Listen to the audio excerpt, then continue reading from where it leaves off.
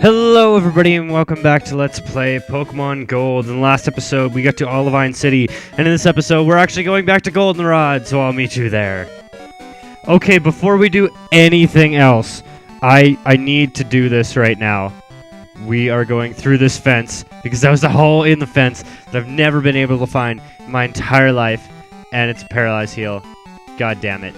It's so hard to ride through here on your bike. This is so awkward. I want to see if there's anything over here, because I think there is. And hopefully, yes, there is something. We got TM28. I have never gotten this TM in my entire life. What is it? I have no idea.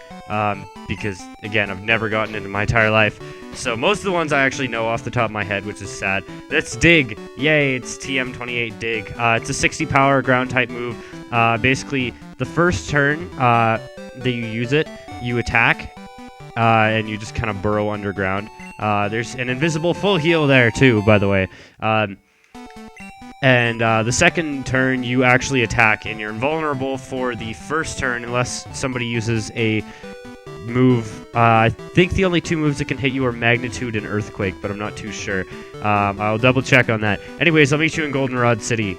Okay, first thing we're going to do while we're in this city is we're going to go to the Name Raider, because I am closing the suggestions for nicknames for my Pokemon, and I am going to nickname Sheepy first. I'm going to rename Sheepy, because it is no longer our tiny little sheep friend, and I would like to change the nickname, yes. I'm going to change it. Basically, Sheepy is a dinosaur, and it looks derpy, so I'm going to call it Derpasaur. Reason for that, I'm not very good at thinking of nicknames, as you can probably tell. And yeah, that's pretty much the best thing I could come up with. I was originally going to name Hubjub that, but I think it works equally well for what is now our brand new Derpasaur. It's got the longest name ever. Next, I'm going to nickname Tentacruel. It's a fairly decent name. No, it's not. It's awful. Just for more so of a placeholder than anything, I'm actually going to name this Tentacruel Squidward, because it's got a big-ass squid body thing, and I know it's supposed to be jellyfish, but it how can you not name it Squidward? I mean, come on, look at the thing. And last but not least, I have to check up on what the nickname was for Magmar, because I'm sorry, but I can't remember off the top of my head. One sec. Okay, the nickname that I'm going to give Magmar was suggested to me by Melinda Cook. I hope I'm saying your name right. I will put her name in this video. Basically, what the deal is she suggested a name that's very dear to her. It's the name of someone that she lost recently, and I'm very sorry for your loss. And this is sort of to honor his memory. I'm going to name Magmar Matt-O by her suggestion, and I really hope that everything is all right with your family and everything is all good. I don't really know all the details behind it, because it was just one of my subscribers messaging me, asking me about it. And yes, so I'll put a link to his channel on YouTube in the description for sure. That was not all I wanted to do in Goldenrod. I kind of got distracted a little. We need to talk about happiness right now. And we need to talk to this lady. If you treat your Pokemon nicely, they will love you in return. Oh, let me see your Tentacruel. Oh, that was not the Pokemon I wanted to show you.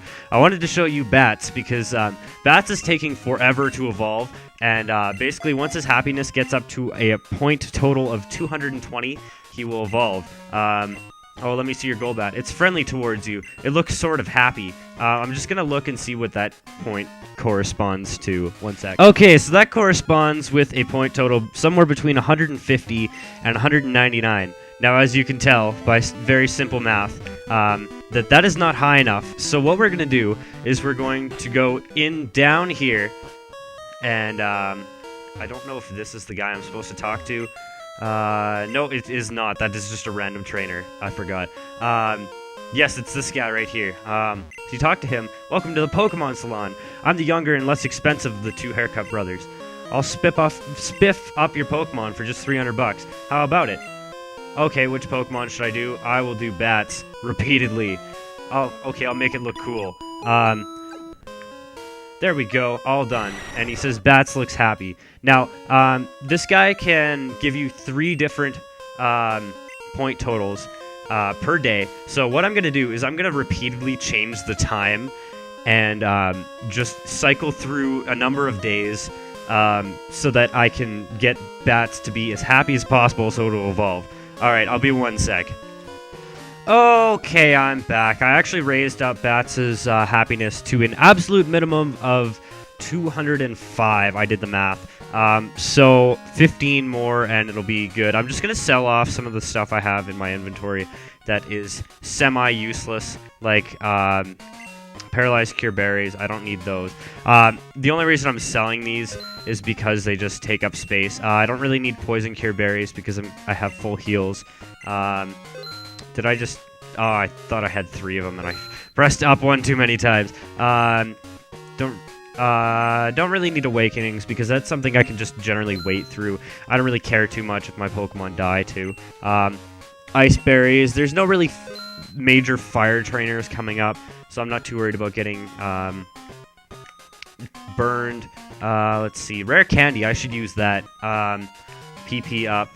Nugget, I can definitely sell that because that's all it's used for.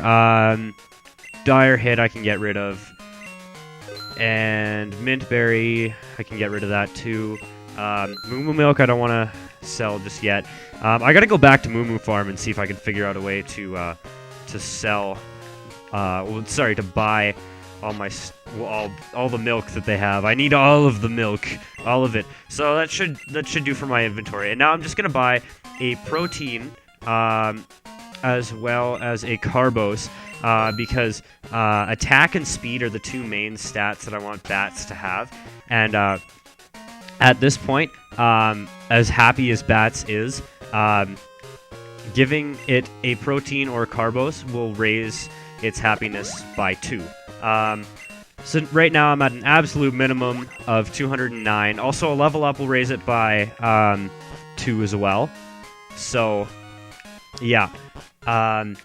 So now I can safely say that in 6 levels at the most, assuming it doesn't die ever, Bats will be fully evolved. And that I'm not too worried about because I can get 6 levels and that's not too bad. So I'll meet you back in Olivine City.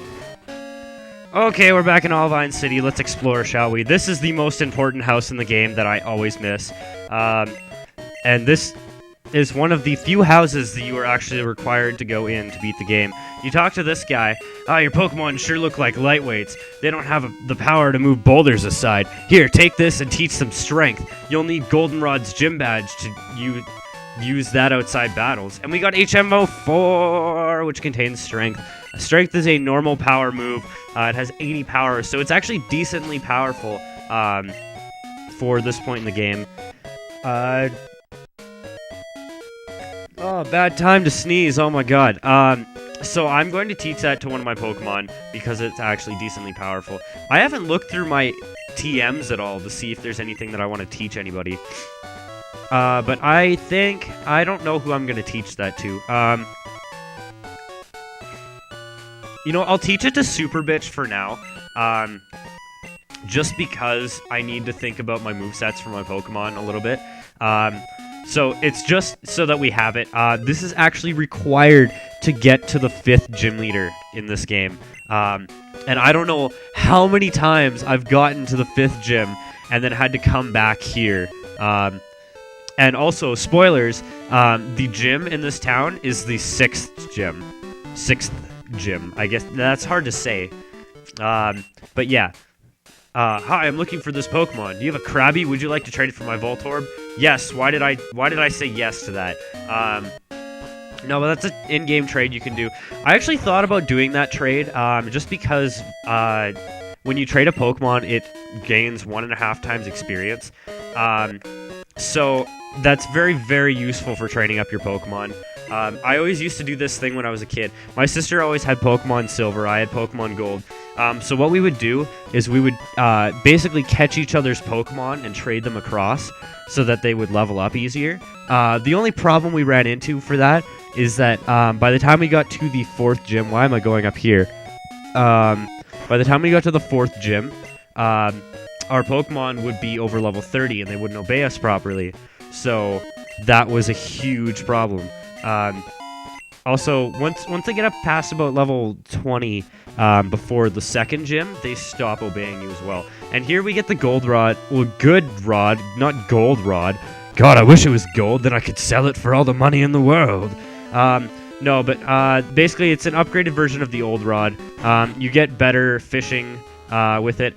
This right here is the Lighthouse. We're going to explore this right now because I'm at about 35 minutes of recording time, but it's probably less than 10 for you. Yeah, so there's a lot of trainers in here, and the weird thing about the 6th gym in this town is that there's no trainers in the gym, unlike all the other gyms. So I've always considered this, like these guys in this lighthouse, to be the trainers for the 6th gym. Whether or not that's actually true is another story. And here we have Gentleman Alfred. Oh, what a gentleman. Yes, he's probably named after Batman because he has like an owl or whatever. So, Bats has not gotten a lot of screen time recently, and the only screen time that Bats has gotten has just been him wrecking shit in like the 4th gym. So I need to give him some love here. I really do. Mostly because he needs love to evolve, and he's going to be a freaking beast when he does.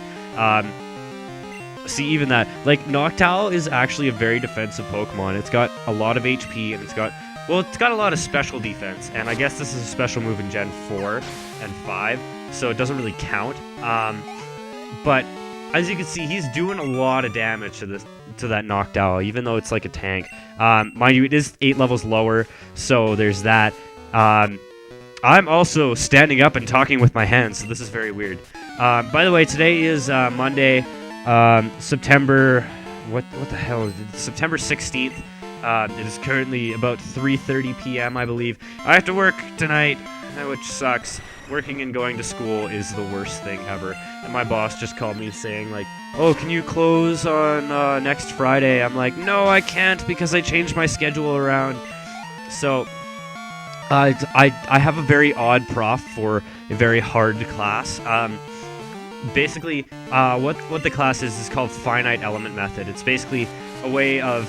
How do I explain this? You split a three-dimensional object into many, many, many, like hundreds of thousands of tiny little triangles, and you plug it into a program, and it analyzes the main stress points of the object, and you can apply forces with the program and stuff like that. It's basically telling you like what the gist of this method is and how to use it by hand, and then you use a program in the labs to do it. And there is some very hardcore calculus involved, so I'm a little bit worried that it's going to be very difficult. But my prof busted in today, and he starts talking about like some guy not needing to know the digestion system to eat food. So he's like, so this class is basically for somebody who wants to learn about the digestive system. Everybody's like, nobody's listening at this point because it's 25 minutes into the lecture, and everybody just hears that and they go, what the hell did he just say? Oh my god, it was so funny. It was you just have to meet the guy because he's like, he's very Italian. He's also Jewish. He's a Jewish Italian, and he lived through World War II. So he's like 85.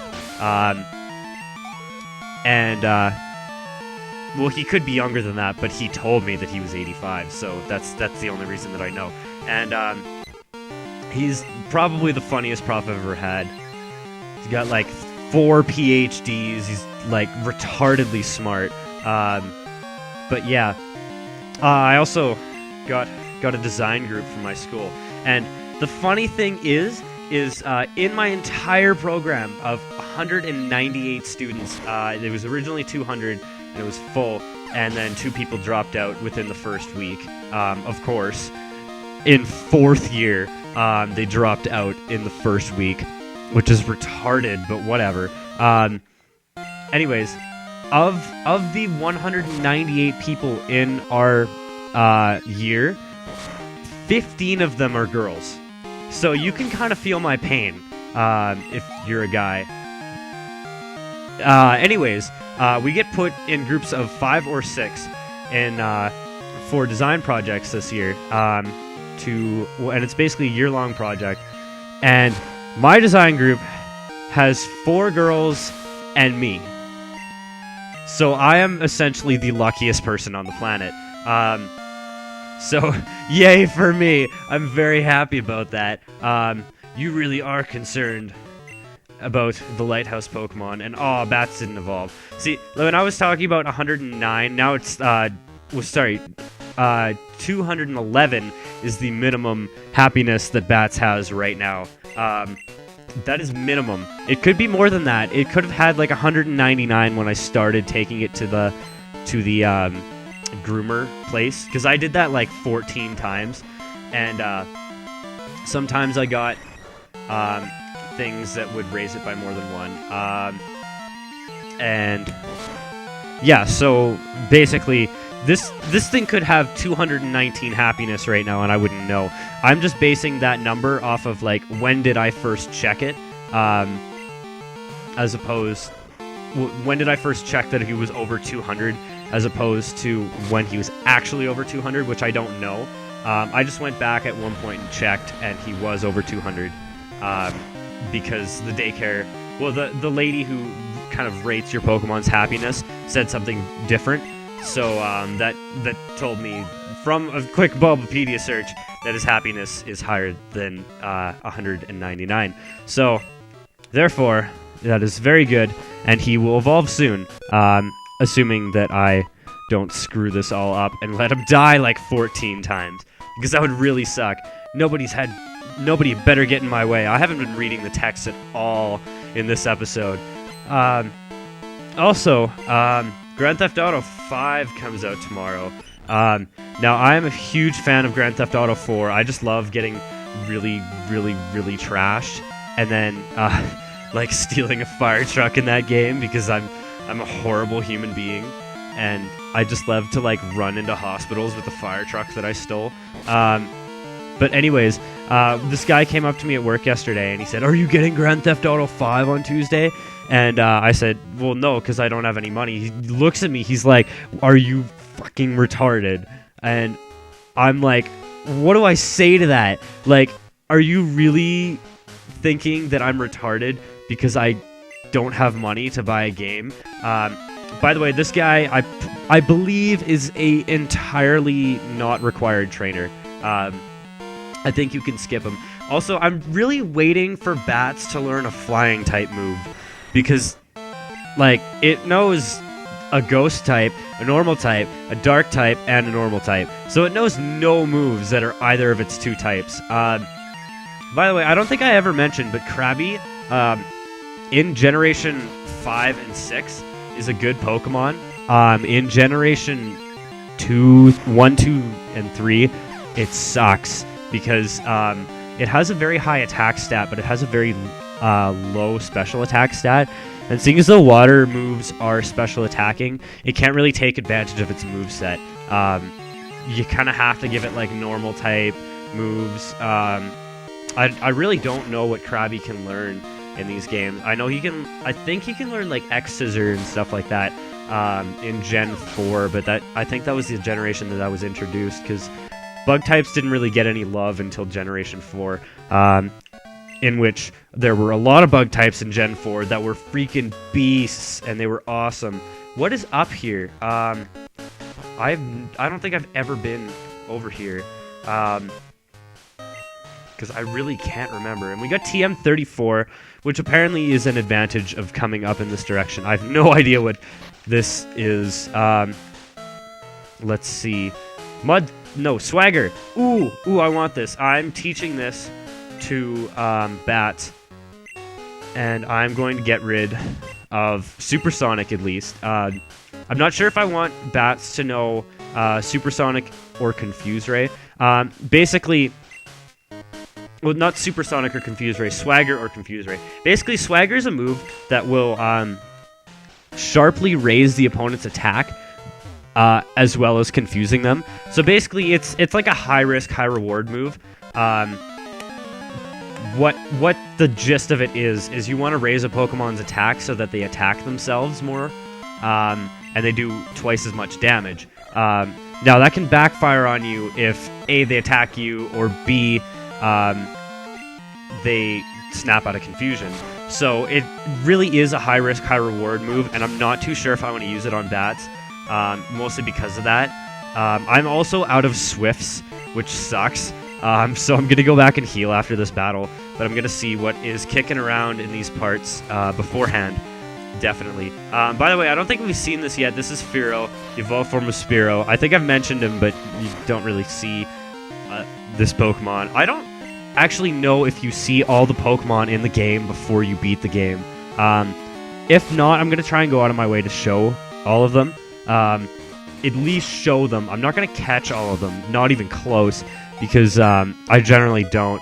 I may try and catch the legendaries, I'm not too sure. And he's trying to learn Wing Attack. Yes, I get a flying type move. So I'm going to get rid of... Oh my god. Sorry, I have to think about this. One sec.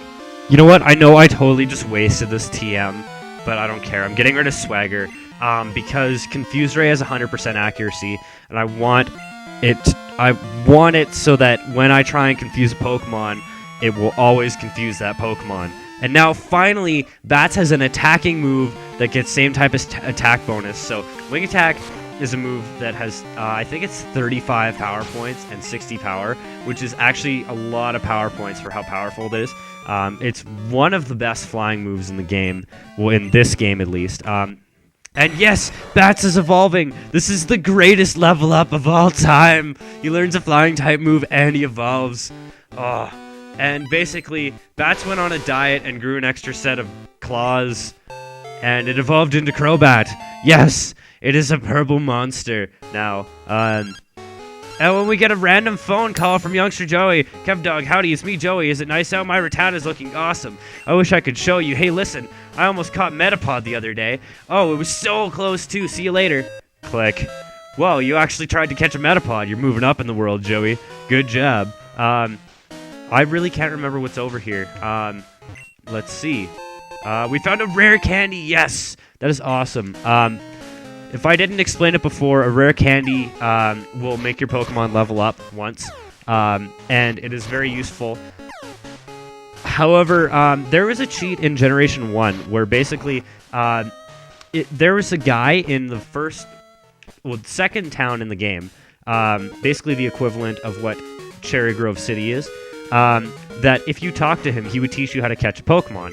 And then immediately after, if you flew to the island with the 7th gym on it, which is called Cinnabar Island, and you surfed along the right side, or if you flew to Fuchsia City and surfed along the bottom coast of Fuchsia City, which is where the 5th gym was, you could find a Pokemon called Missing No. I'm not too sure if the Fuchsia City one worked. I just know the Cinnabar Island one worked because I tried that as a kid and it did.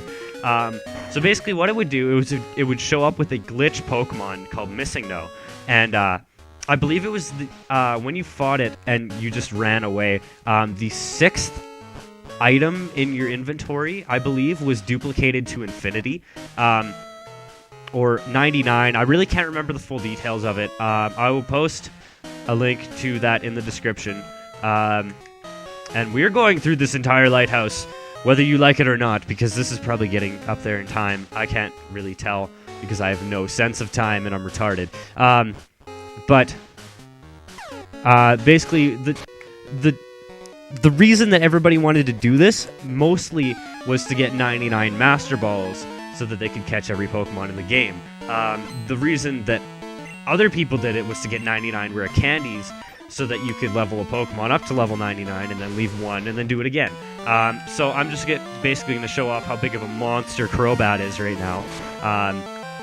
Because, yeah, it just one hit kills this Poliwhirl, no problem. I'm probably going to switch out so that he doesn't get over-leveled or anything like that, because we're going to be using Bats for the next gym. And who am I going to switch to? I'll switch to Squidward because he's our lowest level Pokemon, and he's not terribly useful for the next area. The next area is a water route, so he's useful because he surfs for you, but other than that, not really. I'm going to fight this guy anyways. I really wish I had, like, a split screen thing going on that I could do, just to, like, well, split the screen, essentially. But that would be awesome. So I found out the other day, I thought I had, if anybody knows, the cable that basically comes with a Nintendo Wii these days, it has a two red plug-ins, a white, a blue, and a green. It's called a YPBPR cable, and right near the start of the GameCube's manufacturing, they put this on sale in Japan, and I don't know if it made it to America, I'm not too sure.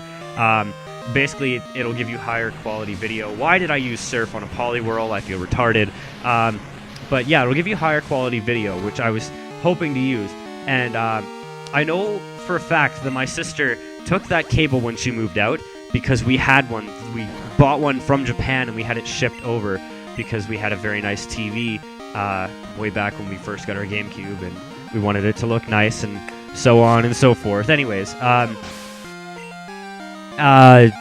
so I asked my sister what happened to this cable, and she said, oh, well, my roommate had a garage sale a while ago, and I think that he sold it. And if anybody has Googled this or tried to find out, you would probably know that these cables go for upwards of $100, $150 on eBay now. And my sister's roommate sold this cable at a garage sale for 50 cents. And I'm not happy with him. But whatever, it happens. You know, everybody makes mistakes. I was hoping to use that to get better quality video out of these. We're at the top of the lighthouse now, by the way. This is Jasmine. She's the 6th gym leader, by the way. This Pokemon always kept the sea lit at night, but it suddenly got sick. It's gasping for air. I understand that there is a wonderful pharmacy in Cyanwood, or however you say it. But that's across the sea. I can't leave Amphi unattended. May I ask you to get some medicine for me, please? Yes, I will. And you have to come up here before you go across. Yes, that is a sick Ampharos. Why can't they just use ours? I don't know. I would give it to them if I didn't have to go across the sea. But unfortunately, we have to go across, and it's just a thing that the game makes you do. It's a little annoying, and it's a little bit of a long trek, but we can do it, right? Yes, sure, we can do it. So next episode, we are going to go across the sea, I guess, ocean, whatever it is, to go to Cyanwood City, and I will see you guys then. Goodbye.